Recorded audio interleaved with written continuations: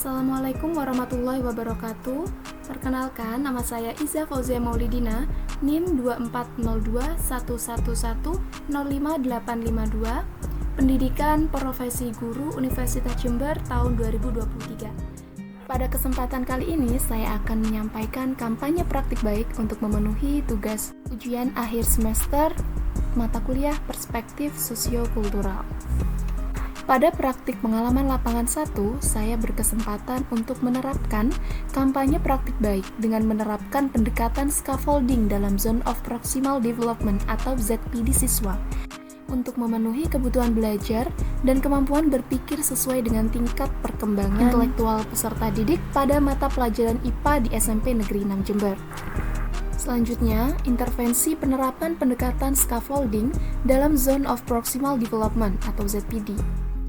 Scaffolding adalah dukungan kognitif kepada siswa sebagai bentuk strategi pembelajaran pada tahap sistematis untuk meningkatkan ranah mereka dengan mendukung dan membimbing mereka pada tahap awal pembelajaran, sehingga siswa dapat menjadi lebih besar dan lebih bertanggung jawab ketika mereka menyelesaikan suatu permasalahan, menurut Jannah et al. 2019. Nah, penerapan scaffolding dalam ZPD dapat dilakukan dengan berbagai cara, tergantung pada konteks pembelajaran dan kebutuhan siswa. Berikut adalah beberapa contoh intervensi yang dapat dilakukan oleh guru.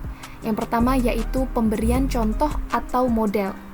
Salah satu cara yang paling sederhana untuk memberikan scaffolding adalah dengan memberikan contoh atau model kepada siswa. Hal ini dapat dilakukan dengan cara menunjukkan kepada siswa bagaimana cara melakukan tugas atau memecahkan suatu permasalahan. Seperti contoh, seorang guru dapat menunjukkan kepada siswanya cara memecahkan persamaan atau suatu rumus yang ada di mata pelajaran IPA dengan menggunakan langkah-langkah yang jelas dan juga rumus yang tepat. Yang kedua, pemberian petunjuk atau panduan. Nah, pemberian petunjuk atau panduan ini menjadi salah satu cara yang dapat digunakan sebagai bentuk intervensi yang dilakukan oleh guru. Guru juga dapat memberikan petunjuk atau panduan kepada siswa. Hal ini dapat dilakukan dengan cara memberikan langkah-langkah atau suatu prosedur yang harus diikuti siswa dalam mengerjakan tugasnya. Seperti contoh, seorang guru dapat memberikan petunjuk bagaimana cara mengerjakan suatu proyek yang telah diberikan oleh guru dengan melampirkan suatu panduan yang ada pada LKPD, di mana LKPD nantinya juga akan diberikan kepada siswa, sehingga siswa dapat memahami petunjuk atau panduan yang telah diberikan oleh guru. Selanjutnya, adanya pemberian pertanyaan atau tantangan. Nah, pertanyaan atau tantangan juga dapat menjadi bentuk scaffolding yang efektif. Hal ini dapat dilakukan dengan cara memberikan pertanyaan kepada siswa untuk membantu siswa memahami konsep yang sedang dipelajari.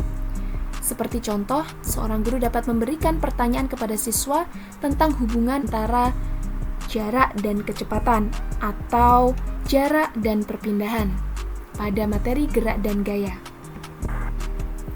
Dan yang terakhir yaitu pemberian bantuan secara langsung atau scaffolding itu sendiri. Nah, pemberian bantuan secara langsung dalam beberapa kasus mungkin terdapat siswa yang membutuhkan bantuan secara intens dari seorang guru. Hal ini dapat dilakukan dengan cara memberikan bantuan kepada siswa dalam mengerjakan tugas. Semisal pada saat guru memberikan suatu penugasan dalam bentuk LKPD ataupun suatu proyek atau juga suatu tugas yang berbasis kelompok, maka guru dapat membantu siswa dalam menyelesaikan soal ataupun persoalan yang sekiranya siswa tidak bisa menyelesaikan dalam permasalahan tersebut. Selanjutnya yaitu langkah-langkah penerapan scaffolding. Yang pertama, adanya identifikasi ZPD siswa. Jadi, langkah pertama yang harus dilakukan yaitu kita harus mengetahui dengan mengidentifikasi ZPD siswa. Hal ini dapat dilakukan dengan cara melakukan asesmen di awal, seperti asesmen diagnostik, dapat berupa diagnostik kognitif maupun non-kognitif, dengan cara melakukan asesmen tersebut, maka guru akan mengetahui kemampuan dan keterampilan siswa. Yang kedua, yaitu memilih jenis scaffolding yang tepat. Setelah zone of proximal development siswa teridentifikasi, maka guru harus memilih jenis scaffolding yang tepat. Jenis scaffolding yang dipilih harus sesuai dengan kebutuhan siswa dan konteks pembelajaran. Yang ketiga, yaitu memberikan scaffolding secara bertahap. Nah, scaffolding harus diberikan secara bertahap pada siswa. Hal ini dilakukan untuk memastikan bahwa siswa dapat mengembangkan keterampilan dan pengetahuan mereka secara mandiri. Dan yang terakhir yaitu meningkatkan scaffolding secara bertahap. Setelah siswa mulai menguasai tugas-tugas yang telah diberikan oleh guru, maka bantuan atau scaffolding itu sendiri dapat dikurangi secara bertahap. Hal ini dilakukan untuk mendorong siswa agar dapat belajar dan mengerjakan tugas secara mandiri. Sehingga penerapan scaffolding dalam ZPD siswa dapat memberikan manfaat yang signifikan bagi siswa tersebut, serta dapat membantu siswa untuk belajar lebih efektif dan mencapai hasil belajar yang lebih tinggi tentunya. Beberapa faktor penting yang ditinjau dari sudut pandang konstruktivis sosial untuk proses pembelajaran bisa berlangsung, salah satunya yaitu menggunakan Zone of Proximal Development atau ZPD.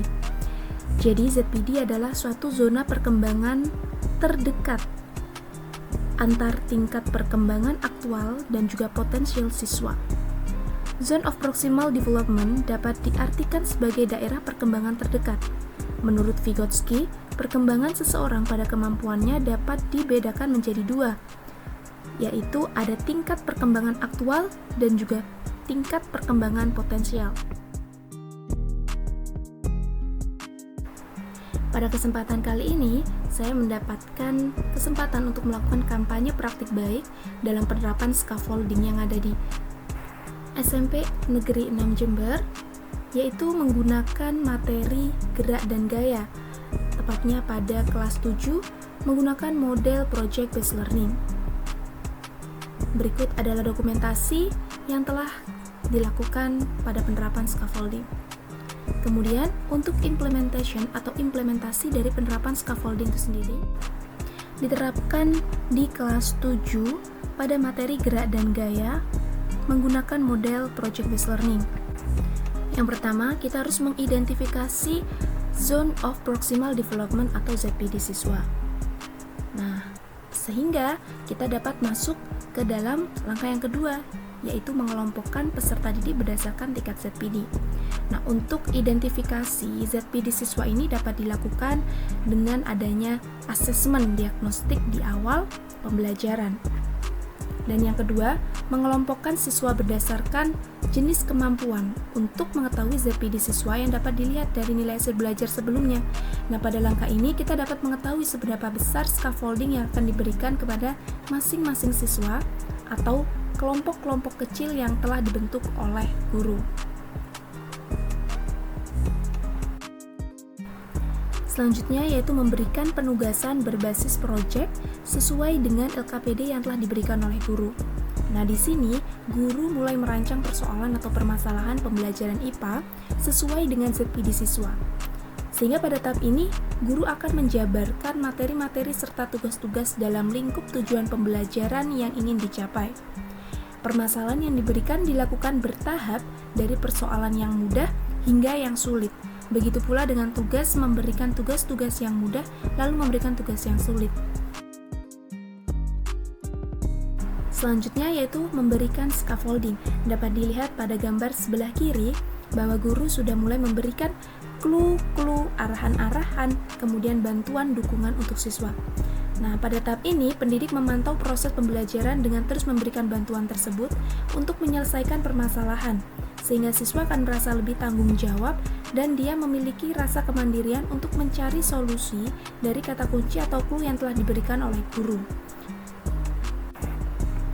Kemudian, setelah diberikannya bantuan oleh guru, siswa yang tadinya sudah menyelesaikan proyeknya, maka akan menyelesaikan tugas-tugas yang ada di LKPD. Dan tugas-tugas yang ada di LKPD tersebut, serta proyek yang telah dikerjakan, akan akan dilanjutkan dengan presentasi hasil, sehingga siswa dapat bertanggung jawab untuk mempresentasikan hasil yang telah dikerjakan. Dan yang berikutnya yaitu evaluasi pembelajaran, di mana pendidik akan memberikan evaluasi dan umpan balik dari hasil atau solusi yang dicapai siswa, seperti apakah pembelajaran dan juga hasil yang telah dilaksanakan oleh siswa sudah mencapai tujuan pembelajaran yang diharapkan atau belum. Dan pada tahap inilah siswa dapat melakukan verifikasi hasil yang telah dikerjakan sebelumnya dengan evaluasi pembelajaran yang diberikan oleh guru. Hasil yang dicapai. Nah, pada penerapan scaffolding di Zone of Proximal Development atau ZPD siswa ini, menggunakan model pembelajaran project-based learning dapat menjadikan siswa lebih aktif. Hal tersebut dapat dilihat melalui kegiatan presentasi ketika tanya jawab antar kelompok, kemudian hasil dari proyek yang telah dikumpulkan. Hasil belajar yang didapatkan peserta didik, yaitu sekitar 80% siswa memiliki peningkatan hasil belajar yang lebih baik dari sebelumnya. Hal ini juga dapat dilihat dari hasil tes diagnostik di awal, kemudian adanya proses dari tes formatif, dan juga adanya tes sumatif yang telah dikoreksi oleh pendidik. Oleh karena itu, dengan adanya metode pembelajaran scaffolding pada ZPD pembelajaran IPA SMP pada materi gerak dan gaya, dapat menjadikan siswa yang mulanya hanya mampu bekerja secara mandiri menjadi mampu bekerja secara kolaboratif. Begitupun sebaliknya.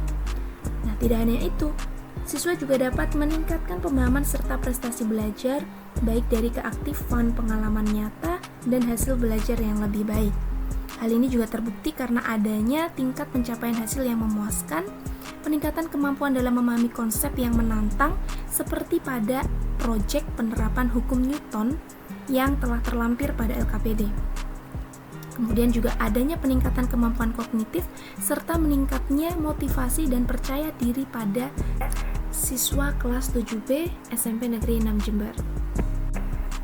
Pada slide berikut ini, saya akan menampilkan hasil proyek yang telah dilaksanakan oleh siswa berupa video.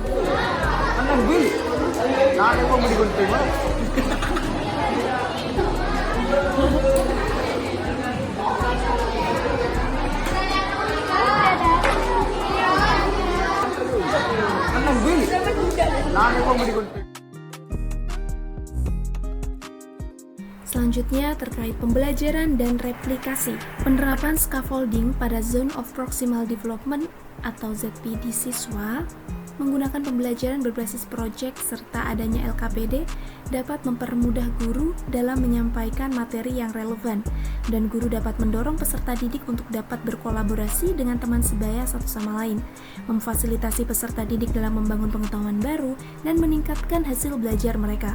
Dengan demikian, pembelajaran berbasis PJBL scaffolding dapat direplikasi di berbagai konteks pembelajaran, khususnya pada mata pelajaran IPA kelas 7, bab gerak dan gaya, sehingga guru dapat mengidentifikasi lebih lanjut tingkat kesulitan dan memberikan bantuan yang tepat kepada peserta didik agar dapat mencapai pemahaman yang lebih mendalam. Sekian kampanye praktek baik yang dapat saya sampaikan. Selebihnya mohon maaf. Wassalamualaikum warahmatullahi wabarakatuh. See you on the next video. Bye-bye. Alif. Berapa menang? 1, 2, 3.